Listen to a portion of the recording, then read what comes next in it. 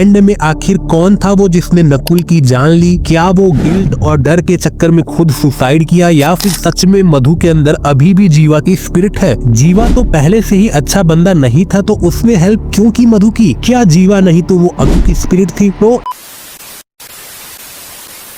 I think Indian cinema के horror genre को अब शायद सीरियसली लिया जाए, क्योंकि अब तक हॉरर इंडियन सिनेमा में ठीक उसी तरीके से था जिस तरीके से सलमान खान के पास सिक्स पैक एब्स। मैं आ जाऊं क्या अपनी पर? मूवीज लाइक स्त्री 2, भेड़िया, रूही जो कि हॉरर कॉमेडी जॉनर की, जिसमें आई थिंक 20-30% हॉरर रहता है क्योंकि कॉमेडी पूरी मूवी को ड्राइव करने लगती है। लेकिन अगर प्रॉपर हॉरर जॉनर को भी देखा जाए तो हमें छोड़ी 90-20 हॉरर ऑफ हार्ट्स जैसी मूवी देखने को मिलती है। मतलब हॉलीवुड से अगर कंपेयर करा जाए तो हम कहीं नहीं स्टैंड कर पाते। एटलीस्ट बाकी के जॉनर में वी आर ट्राइंग, लेकिन एक प्रॉपर हॉरर मूवी जिसको एक्सप्लोर करने का भी मेकर्स ट्राई नहीं करते। लेकिन कभी कभी कुछ हिडन जेम्स देखने को मिलती हैं जिसको देख के आप उसके बारे में बात बिना किए रह नहीं सकते। हाँ, तो मैंने रिसेंटली Amazon पे आई खौफ सीरीज देखी, 8 episode long, and it really blows my mind. Visually इतनी अच्छी सीरीज की मैं रिकमेंड करूंगा आप जाके देखो। मगर ये वीडियो उन लोगों के लिए है जिसने सीरीज देख ली है एंड जो कंफ्यूज्ड है कि एंड में आखिर हुआ क्या है, और काफी सारे सवाल जो कि मेकर्स बिना बताए चले जाते हैं, सबके बारे में बात होगी। और गाइज ये मेजर स्पॉइलर है तो see at your own risk. And ऐसे वीडियोस हम बनाते रहेंगे, आपका बस काम है चैनल को सब्सक्राइब करना और बेल आइकन को दबाना। तो स्टोरी बेसिकली रहती है 5 रूममेट्स की जो कि एक हॉस्टल में रहते हैं एंड उनमें से एक अनु नाम की लड़की की डेथ हो जाती है एक कार एक्सीडेंट में। एंड उसके बाद से उसके रूम में कोई जाता नहीं है और बाकी के 4 दोस्त उसी हॉस्टल में फंस जाते हैं क्योंकि उन्हें कोई स्पिरिट हॉन्ट करती है और बाहर नहीं जाने देती। अब इसमें एंट्री होती है मेन कैरेक्टर मधु की, प्लेड बाय मोनिका पनवर, जिसके पास्ट में काफी सारी चीजें घटी रहती है जो कि ट्रॉमा वो लेके आती है दिल्ली में अपने बॉयफ्रेंड के शहर काम करने, जहां उसकी जॉब लग जाती है। और अब बॉयफ्रेंड के रूम में वो रह नहीं सकती क्योंकि बॉयफ्रेंड के अलावा 2 बंदे और रहते हैं। वेल, उसको एक नया हॉस्टल मिलता है और ये वही हॉस्टल है जिसमें 5 दोस्त रहा करती थी, और अनफॉर्चुनेटली उसको वही कमरा मिलता है जिसमें अनु रहती है। Something creepy was there. वो पूरा रूम का एटमॉस्फेयर काफी ज्यादा नेगेटिविटी से भरा रहता है। वो दीवार में लगी सीढ़न,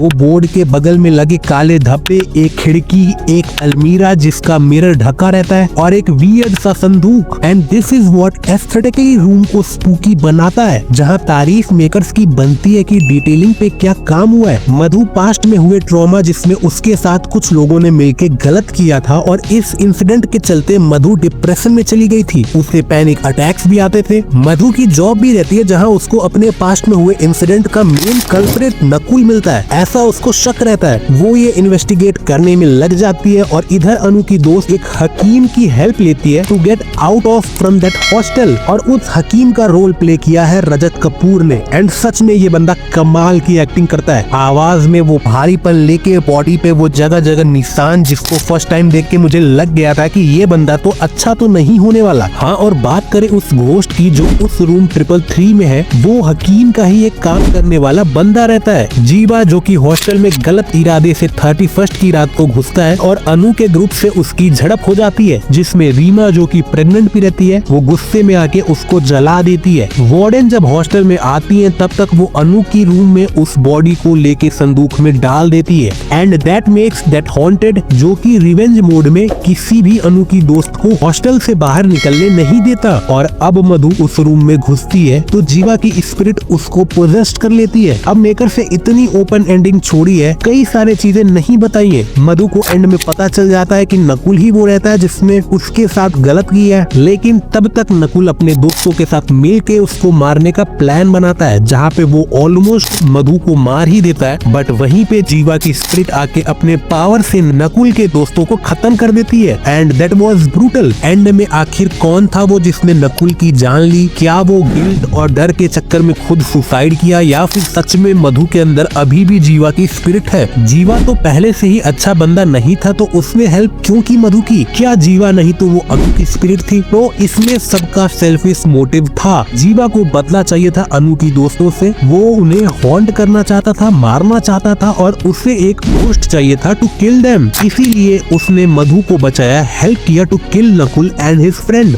हकीम को पावरफुल बनना था और वो बनने के लिए उस उसे वीक लड़कियों का सोल चाहिए था, इसलिए उसे मधु और उसके अंदर जीवा की स्पिरिट चाहिए थी। बट एंड तक आते आते हकीम के अंदर जीवा की स्पिरिट आ जाती है और वो मधु को छोड़ के अनु के दोस्तों पे अटैक करता है। लेकिन उस टाइम कुछ पावर्स मधु के अंदर भी रहती है और वो हकीम को खत्म कर देती है। लेकिन एंड में नकुल को क्या हुआ, तो वो मधु के अंदर जीवा की स्पिरिट अभी भी एग्जिस्ट करती है। इसीलिए हम एंड में एक शॉट देखते हैं जहाँ पे मधु क्रीपी दिखती है। मे भी उसके अंदर जीवा की स्पिरिट अभी भी है, मगर अब वो उसे कंट्रोल करना सीख लेती है, क्योंकि हमने लास्ट के एपिसोड में ही देखा मधु अपने ट्रॉमा को रिलीव करके नकुल को उस ट्रॉमा में ही मार देती है, जिससे जीवा की स्पिरिट मधु को नहीं बल्कि मधु जीवा की स्पिरिट को काबू कर लेती है। एंड रही बात की सीजन 2 कब आएगा, तो मेकर्स ने बस ओपन एंडिंग छोड़ दी है। अभी तक कोई अनाउंसमेंट नहीं है फॉर सीजन 2, मगर लेट्स होप कि खौफ की सक्सेस के बाद सीजन 2 भी आए जहां हमें मधु अपनी पावर्स और भी भयंकर तरीके से यूज करते दिखे। वेल, आपको कैसी लगी सीरीज एंड जो भी कंफ्यूजन आपको लगा हो, you can ask me in the comment. और ऐसे वीडियोस देखने के लिए सब्सक्राइब टू माय चैनल।